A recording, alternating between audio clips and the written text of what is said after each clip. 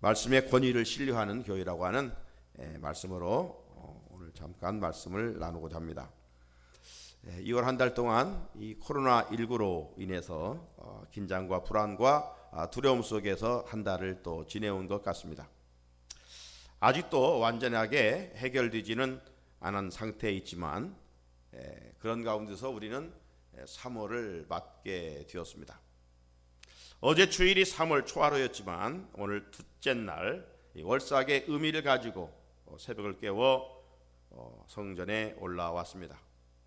주의 은혜를 사모하며 성전에 올라온 우리들 가운데 이로부터 주시는 하나님의 은혜가 충만하기를 주의 이름으로 축복합니다. 3월 내내 주님이 주신 힘으로 승리할 수 있기를 기원합니다. 절기로는 지난 2월 4일이 입춘이었지만 우리가 그간 봄을 실감하지 못하고 지내왔습니다. 하지만 3월은 분기별로도 이제 봄입니다. 계절적인 자연의 봄만이 아니라 영적인 봄이 임하기를 축복합니다. 영육 간에 건강의 봄이 찾아오고 우리 각 가정에도 봄이 찾아오고 우리 각자 하는 일들마다 따뜻한 봄이 찾아왔으면 하는 바람입니다. 지금 신음하고 있는 우리나라와 민족에도 하나님 주시는 샬롬의 평강의 복이 임하기를 기대합니다. 우리는 지금 21세기를 살아가고 있죠. 19, 20세기에 그때는 좀 권위주의가 통하던 시대였습니다. 권위주의란 무엇입니까? 강자가 약자에게 부당하게 명령하여 자신의 목적을 이루는 행위라, 이렇게 한번 정의를 해봅니다. 지난날에는 상관의 명령이 좀 부당했을지라도 사회적인 분위기가 그렇기 때문에 싫어도 수긍하며 살아왔습니다. 하지만 오늘날에는 어떻습니까? 누가 권위주의적인 행동을 하게 되면 그 말에 복종하는 사람도 없을 뿐만 아니라 잘못했다가는 고발 조치를 당하게 되지요. 아무래도 권위주의가 강한 곳은 계급사회였던 군대입니다. 군대 문화는 말이 안 되는 명령에도 복종해야 했습니다. 하지만 지금 군대는 결코 그렇지 않지요. 쫄병 무서워서 군대 생활 못한다, 이런 말들을 할 정도이니까요. 계획대로 하면 이제 4월 15일 4.15 국회의원 선거가 있겠지요. 이번 선거에 군 장성을 지낸 분이 출사표를 냈습니다. 이분이 전역 과정에서 적지 않은 잡음이 있었고 결국 불명예 전역을 하게 됐지요. 왜 그랬습니까? 부대 관사에 근무하는 사병에게 빨래를 시키고 개밥을 주는 일을 시켰다는 것이죠. 또 가을철에 높은 감나무에 올라가서 감을 따게 했다. 종종 인격적인 모독을 당했다는 것이죠. 옛날 군 생활한 분들 경험으로는 충분히 그럴 수 있는 상황이기에 이해하고 넘어갈 수 있어요. 그런데 오늘의 시각에서 그런 행위는 인권 유린입니다. 그래서 사병이 대장을 인권위원회에 고발하여 수모를 당하게 되고 유죄를 받아서 감옥에 들어간 일이 있었습니다. 그런데 무죄로 석방이 돼서 이번 국회의원 선거에 출마를 하게 된 것이죠. 이 정도로 오늘날에는 어떤 권위주의가 통하지 않는다는 이야기예요. 오늘의 이런 시대를 가리켜서 포스트 모더니즘이라 이렇게 말합니다.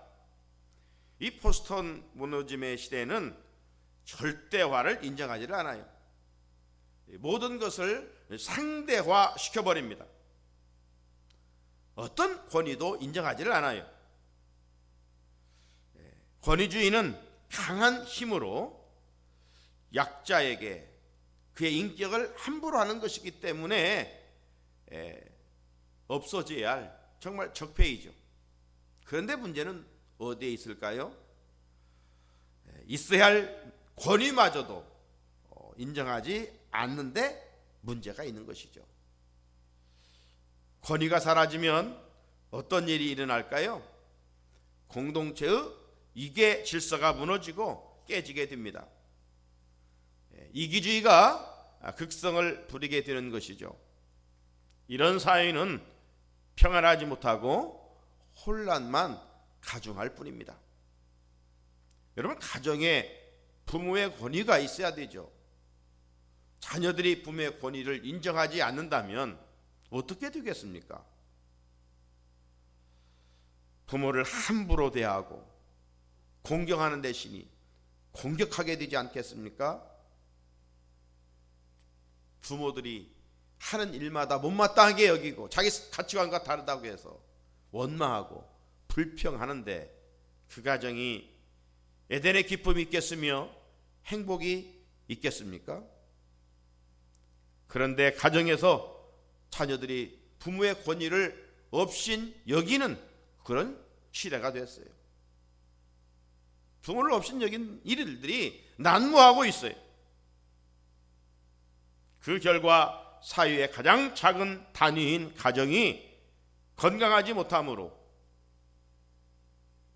그 파장은 오늘 우리 사회로 이어지고 있음을 볼 수가 있습니다.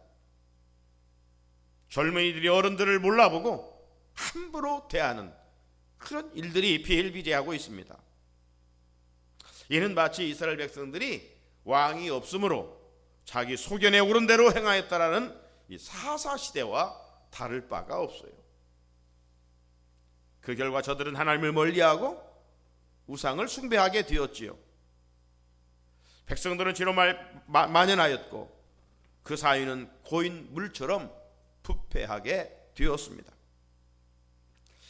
학교에서는 학생들이 선생의 권위를 인정해야 된대. 요즘 학생들은 선생을 조금도 존경하는 마음이 없습니다. 학교에서 학생들이 선생의 권위를 인정하지 않으므로 오늘 공교육 현장이 무너지고 있는 실정 아닙니까? 심지어 학교에서 학생들이 선생에게 폭언을 하겠습니다. 폭행을 합니다. 왜 있어서는 아니들 이런 일들이 일어나는 것일까요? 학생들이 교사의 권위를 인정하지 않기 때문이죠. 지금 우리 사회는 꼭 있어야 할 권위조차 인정하지 않는 폐역한 시대가 되어가고 있습니다. 이런 사회적인 분위기가 우리 성도들의 신앙생활에도 침투하고 있습니다. 이 교회에 대한 거룩한 두려움이 사라지고 있습니다. 어른 세대들은 교회를 주님의 몸처럼 생각해 정말로 사랑하고 섬겼습니다. 교회를 대표하는 당위 치리에 복종하며 권위를 인정해 주었습니다. 그래서 나름 한국교회가 건강하게 세워왔지요. 그런데 오늘날에는 이 교회의 권위를 인정하지 않으려고 하는 모습이 있습니다. 어떤 성도들이 신앙생활에 잘못했을 때 교회의 권위로 권면을 하면 근신하고 회개하여 바르게 생활을 하려는 몸부림이 있어야 되겠지요. 그런데 근신하기는커녕 자신의 잘못을 합리화하면서 잘못을 인정하지 않습니다. 그래서 문제를 없이 하려고 하던 것이 오히려 더 큰 교회 안의 문제로 이어지는 것을 보게 되죠. 교회의 권위를 무시함으로 교회 공동체 질서가 깨어지는 것을 볼 수가 있습니다. 이런 교회는 마귀 사탄이 좋아하고 세상 사람들의 비웃음과 조롱거리가 될 수밖에 없는 것이겠지요. 우리가 속한 장로교회의 정치는 대의민주주의입니다.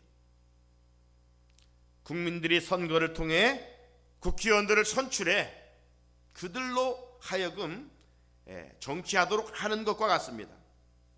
이런 차원에서 교회는 성도들의 투표로 우리 장로들을 선택해 당위를 구성함으로 교회 정치를 하게 되는 것입니다.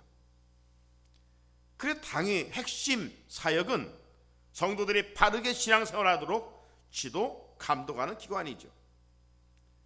그래서 교회의 덕을 가릴 정도로 큰 잘못을 했을 때에는 1차적으로 찾아가 권면을 하게 되고 때로는 징계도 하게 됩니다. 징계의 목적이 어디에 있습니까? 벌을 주기 위함이 아니라 잘못을 인정하고 회개하여 바른 신앙생활을 하는 데 있습니다. 그런데 오늘날 교인들 중에는 교회의 권위를 인정하지 않고 자기 생각대로 행동하는 경향들이 있습니다. 한국교회의 권위가 무너짐으로 지금 교회를 떠나 무교유주자로 살아가는 이들이 무려 일명 가난한 교인이 100만 명이 된다고 하지 않습니까? 교회 원망 불평으로 인하여 신천지 같은 이단 사업에 빠진 자들이 수없이 많이 있습니다. 사람들의 모임인 교회가 완전할 수는 없지요. 하지만 교회는 주님의 핏값으로 이 땅에 세워진 신적 기관입니다.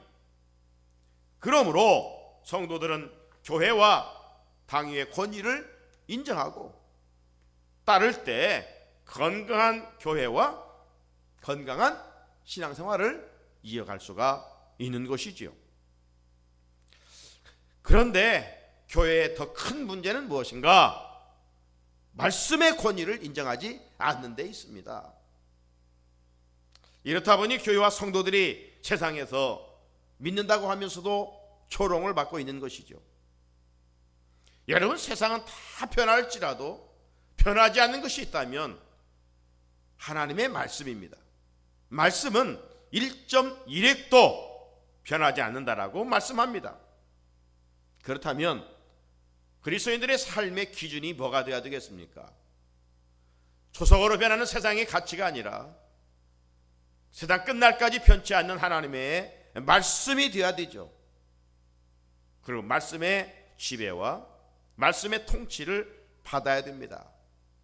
그래야 건강한 신앙 인격을 가지고 주님의 교회를 섬기며 은혜를 입을 수가 있게 되겠지요. 그런데 세상 사람들처럼 하나님의 말씀을 사람의 말처럼 상대화시키려는 경향이 없지 않습니다. 이런 것들은 마귀의 속삭임이고 마귀의 작전입니다. 마귀의 주특기가 뭡니까? 마귀는 하나님의 말씀을 불신하게 만드는 겁니다. 그리고 마침내 말씀으로부터 분리되어 세상을 향하여 나가게 하고 결국 사망의 길로 인도하는 것이죠. 사랑하는 우리 성산의 성도 여러분, 말씀의 권위를 온전히 인정하며 믿음 생활을 하고 있습니까? 말씀의 권위를 인정한다는 것은 오늘도 말씀이 없이는 살 수 없음을 고백하며 말씀의 다스림과 말씀의 지배를 받고 사는 것을 의미하는 것입니다. 말씀을 내 입맛대로 선택을 해서는 안 되는 것이죠. 말씀은 사람의 말이 아닙니다. 살아계신 하나님의 말씀입니다. 어느 시대를 막론하고 말씀의 권위를 인정하지 않을 때에는 반드시 교회와 세상이 부패했고 타락했습니다. 우상 숭배가 만연하여 그 사회와 민족이 하나님의 심판을 피할 수가 없었던 것이죠. 그렇기에 개혁교회에 몸담고 신앙생활은 우리들은 이 종교개혁의 정신을 늘 마음에 새겨야 됩니다. 종교개혁의 메시지가 무엇이었습니까? 말씀으로 돌아가자. 말씀으로 돌아가자. 금년 우리 교회의 표도 뭐예요? 말씀으로 새로워지는 교회예요. 말씀으로 새로워지는 교회.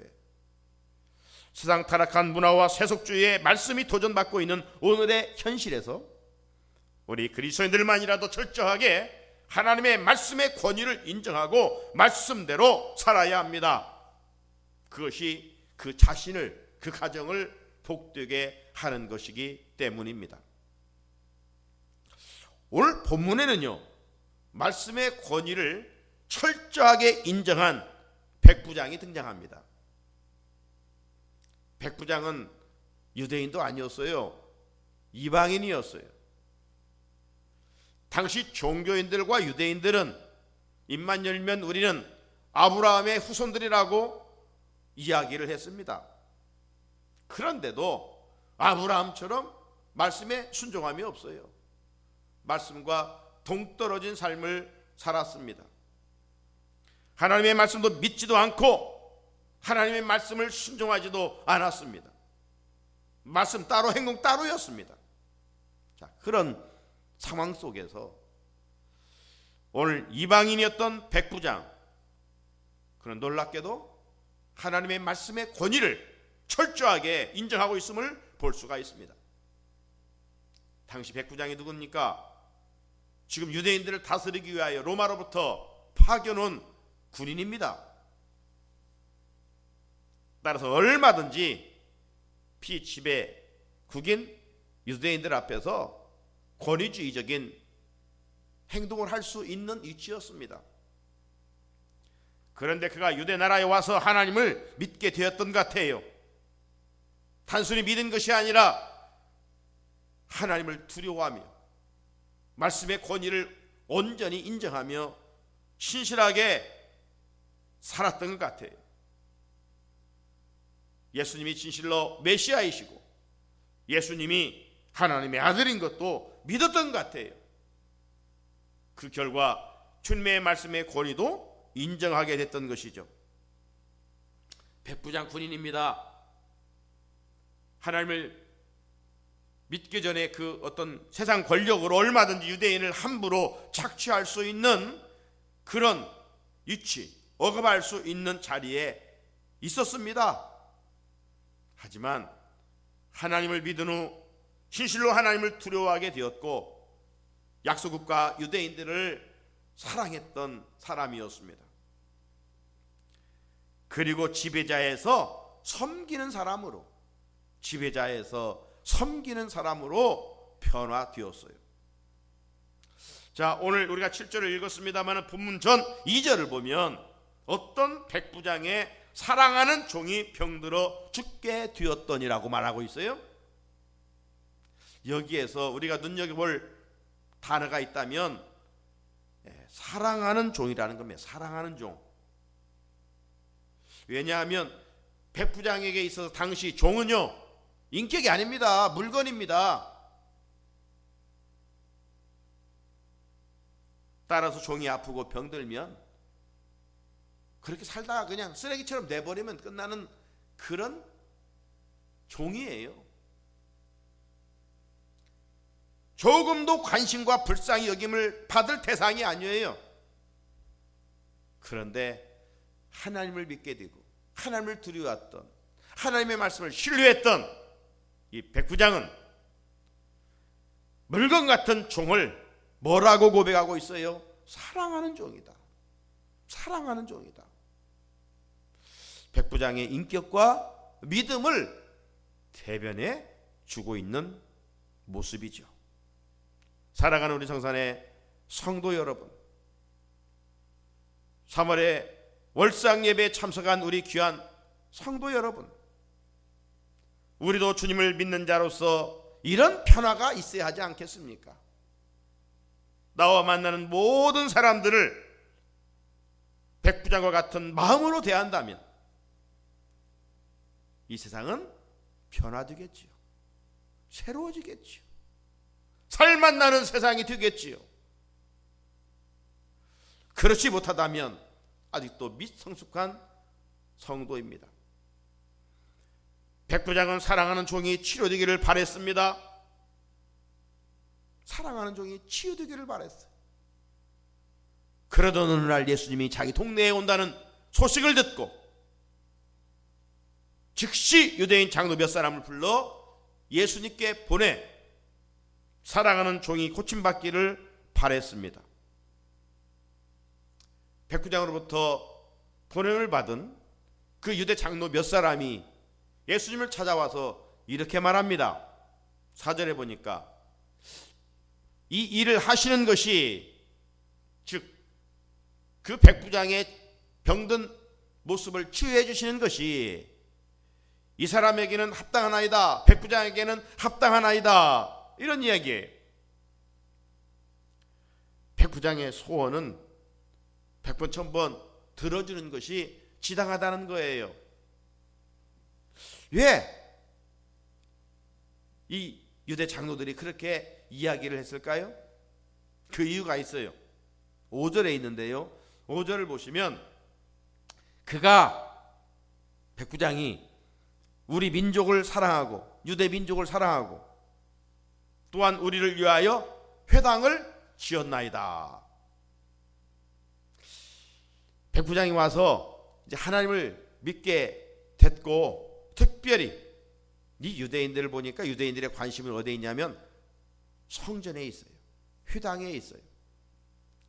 그래서 저들에게 안식일마다 모일 수 있는 회당을 지어주었어요. 그러니 마음을 주지 않을 수가 없었던 것이죠, 이 유대 장로들이. 그래서 이 백부장은 다른 백부장보다 달리 유대인들과 종교 지도자들로부터 존경을 받는 사람이 되었던 것 같습니다. 그래서 장로들을 통해서 그 소식을 들은 예수님도 허락하여서 그러면 백부장의 집으로 가자 하고 그의 집으로 가고 있었습니다. 예수님이 자기 집으로 오고 있다는 소식을 백부장이 들었어요. 그리고 가만히 집에서 기다리고 예수님이 오기를 바랬던 것이 아니라 내용들을 살펴보면 사람들을 보내서 이렇게 말을 합니다. 오늘 본문전 6절 말씀 중에 보게 되면 주여 수고하지 마옵소서, 내 집에 들어오심을 나는 감당하지 못하겠나이다. 무슨 말입니까? 아직 주님 맞을 준비가 덜 됐기 때문입니까? 그래도 주님이 선생님이신데 손님 맞을 집안 청소가 되지 않았기 때문에 우리 집에 오심이 저는 감당하지 못하겠습니다, 그렇게 이야기했겠습니까? 아니겠지요. 백부장은 예수님 말씀의 권위를 온전히 믿었기 때문입니다. 그래서 오늘 본문 7절에서 이렇게 말하는 거예요. 백부장이 그러므로 내가 주께 나아가기도 감당하지 못할 줄 알았나이다. 말씀만 하사 내 하인이 낫게 하소서. 말씀만 하사 내 하인이 낫게 하소서. 그래서 3월달 집에 걸려있는 달력에 바로 이 7절 말씀이 있고, 오늘 제목처럼 말씀의 권위를 신뢰하는 교회라 크게 쓰여 있음을 여러분 볼 수가 있을 것입니다. 예수님이 이방인 백부장의 이 말을 듣고 어떤 감정이 있었을까요? 마치 몹시 더운 날 시원한 냉수를 마신 것 같은 정말 그런 기분이었지 않았을까요? 왜? 동족 유대인들도 종교 지도자들도 말씀의 권위를 인정하지 않는데 이방인이었던 이 백부장이 말씀의 권위를 인정하니 예수님이 너무 기뻤던 것이죠. 그래서 예수님은 9절 말씀에 보게 되면 이렇게 축복합니다. 칭찬합니다. 내가 너희에게 이르노니 이스라엘 중에서도 이러한 믿음은 만나보지 못하였노라. 택한 선민 중에서도 이러한 믿음을 만나보지 못했다는 거예요. 백부장이 말씀의 권위를 인정하는 순간 예수님은 백부장의 사랑하는 종의 병을 깨끗하게 치유해 주셨습니다. 사랑하는 성도 여러분, 누가 진실로 성숙한 그리스도인입니까? 어떤 교회가 능력 있는 교회입니까? 규모가 큰 교회입니까? 건축이 화려한 교회입니까? 주님의 기준에는 그런 것과는 아무 상관이 없습니다. 백부장과 같이 말씀을 신뢰하는 있는 성도들이 모인 교회입니다. 말씀이 내 영혼을 살리는 양식임을 알고 말씀에 대한 갈급함이 있는 교회를 주님이 인정하는 교회입니다. 말씀이 가정과 교회와 민족을 새롭게 할 것을 믿는 성도들이 있는 교회가 정말 주님이 기뻐하시는 교회입니다. 하나님의 말씀이 살아계셔서 내 심령 골수를 찔러 쪼개기까지 한다는 사실을 믿는 성도들이 있는 교회가 진실로 주님이 찾으시는 교회, 건강한 교회, 칭찬받는 교회가 될 수 있는 것입니다. 3월을 맞았습니다. 3월 한 달 하나님이 허락하시는 이 달을 우리가 말씀과 더불어 살아갈 때 어떻게 반응하며 살아가야 하겠습니까? 오늘 백부장처럼 말씀의 가치와 능력을 온전히 신뢰할 수 있어야 할 것입니다. 그러면 그 믿음을 보시고 백부장에게 하신 말씀처럼 내 믿은 대로 될지어다, 내 믿은 대로 될지어다, 주님의 축복의 음성을 듣게 될 것입니다. 이런 은혜가 말씀 듣는 우리에게, 말씀을 신뢰하는 우리에게 임할 수 있기를 주님의 이름으로 축복합니다. 우리 같이 아까 불렀던 200장